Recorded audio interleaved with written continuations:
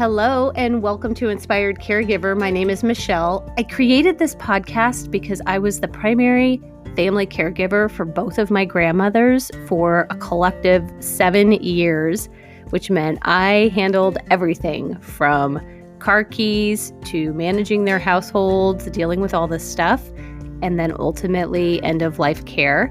And I've worked in senior living as a result of that experience for over 7 years. So this podcast is designed to share with you insights, tips, tricks, and inspiration through those experiences, and I hope you enjoy it. Thank you for joining me on this episode of Inspired Caregiver.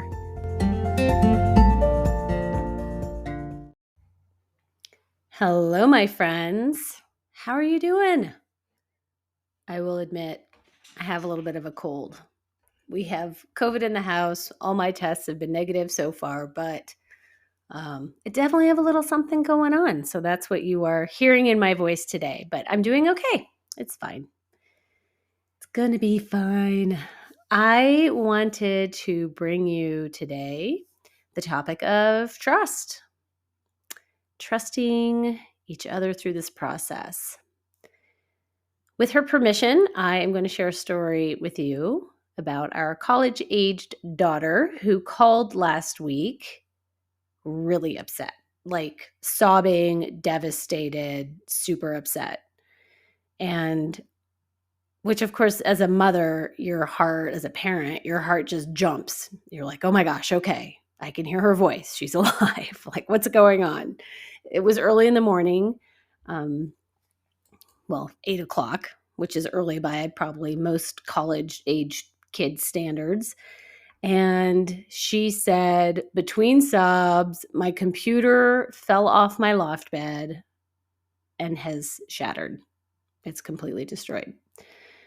So we were able to help her calm down, take some deep breaths, recap what was going on, what had happened. And what was so upsetting was that there was this time crunch of a deadline of an assignment that needed to get turned in, which of course she had completed. She was just going back to review it and then going to get it turned in.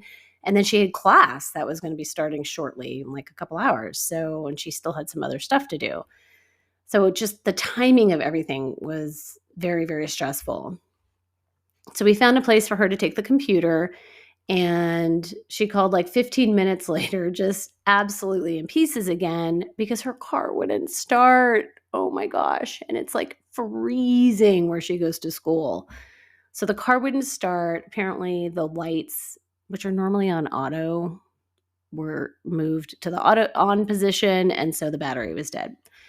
But we were, relieved that she obviously immediately was safe. And we had resources available to us. So we called campus police. They jump-started the car. But I was so incredibly proud of her. I was so proud of her because the whole thing was so real life, real time, real life. She rode the full wave of all the emotions. She was able to calm herself down, become resourceful, a problem solver, and these are adult life skills. I mean, she got the computer to the place. They were able to pull the stuff off the hard drive, put it on an external hard drive, and then on her own accord, she was able to check a computer out somewhere on campus. So she was problem solving. But I was so proud of her. And I turned to my husband and just was expressing all my matronly pride about what a wonderful kid she is. And he pointed out that this was especially an important interaction because we also had a role to play for her because she trusted us enough to call us. She trusted us. She trusted our reaction.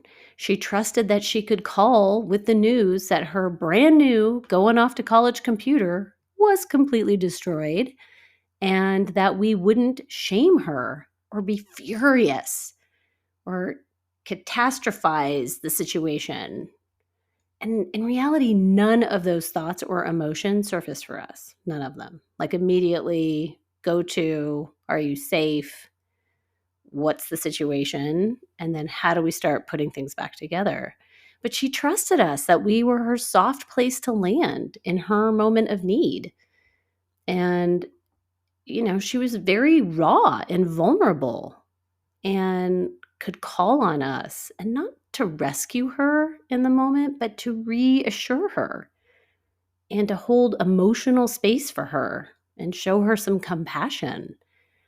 And I understand that she is our child, and the situation that you're finding yourself in, you're caring for someone that's older.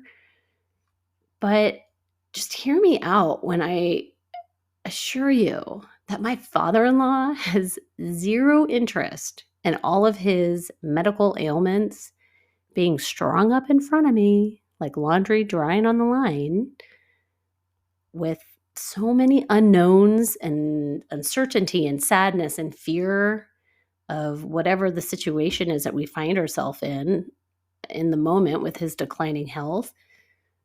you know I assure you that there's some trust there, that he is trusting us in his most vulnerable time, and that information will not be used against him. He's trusting that his sons have his best interests at heart as decisions need to be made, which decisions are being made, and it's really hard. So, as we navigate these situations and crises with our aging family members, there has to be trust. As you listen to this, is there an opportunity for you to be a softer place for them to land? For you to have the ability to hold space for them in their most raw and vulnerable human moments? Do they want to call you first? I mean, do they even want to pick up the phone and call you and tell you what's going on? Can they trust that you won't lay into them about what they should or shouldn't have been doing in the first place that maybe got them into a situation?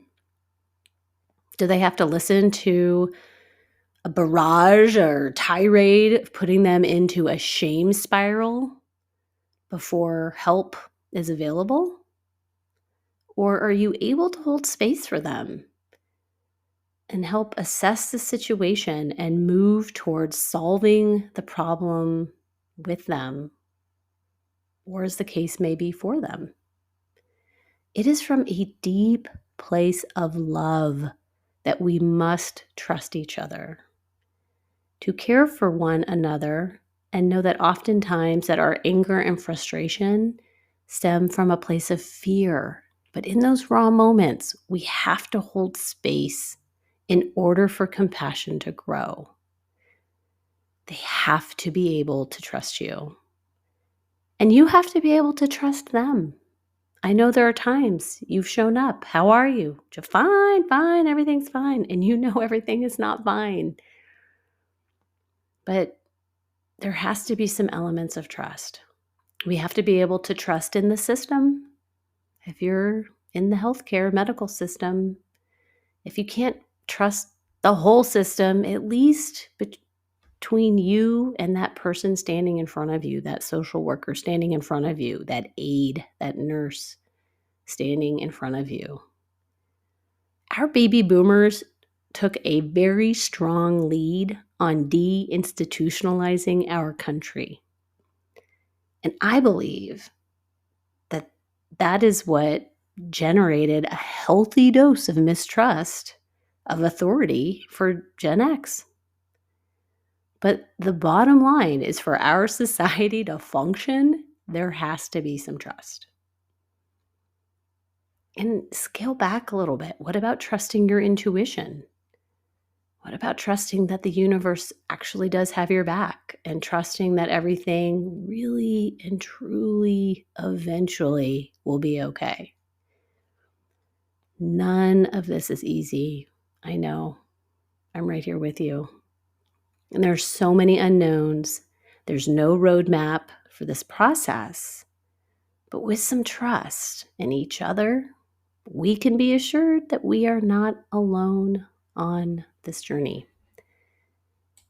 And you are not alone, my friend. I see you.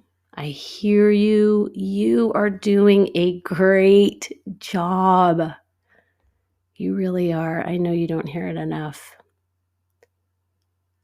I love our time together every week. I really appreciate it. I have like 10 episodes in the queue ready to fire up. I'm so excited. I hope you gleaned something out of this today. I hope you're able to find some trust and some common ground, okay? I love you, and I will be back here next week. Talk to you soon. Bye.